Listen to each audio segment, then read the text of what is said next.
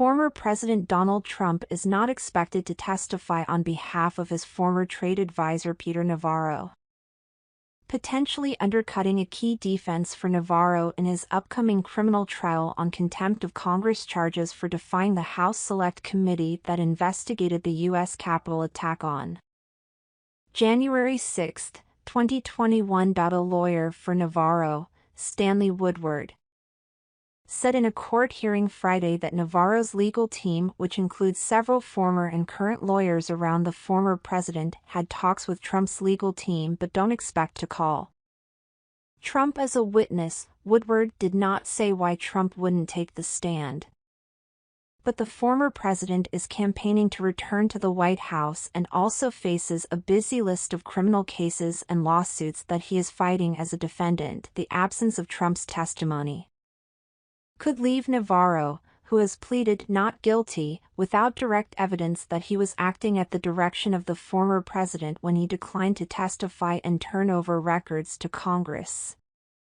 Navarro has claimed Trump told him to assert executive privilege to keep matters related to the former president and top White House advisors confidential, and that Trump passed the message through one of his aides, Liz Harrington. Navarro seeks to have Harrington testify for his case, though she already was called by prosecutors to speak to a grand jury investigating Navarro, according to records in his case. On Friday, Navarro's legal team discussed the possibility of bringing in testimony from Harrington about the former president's instructions to Navarro at a hearing later this month. Woodward described Harrington at one point as a critical witness. Navarro's case may be a major test for congressional authority and the reach of the presidency. The trial would follow the conviction by a jury of another former Trump advisor, Steve Bannon, on the same charges last year.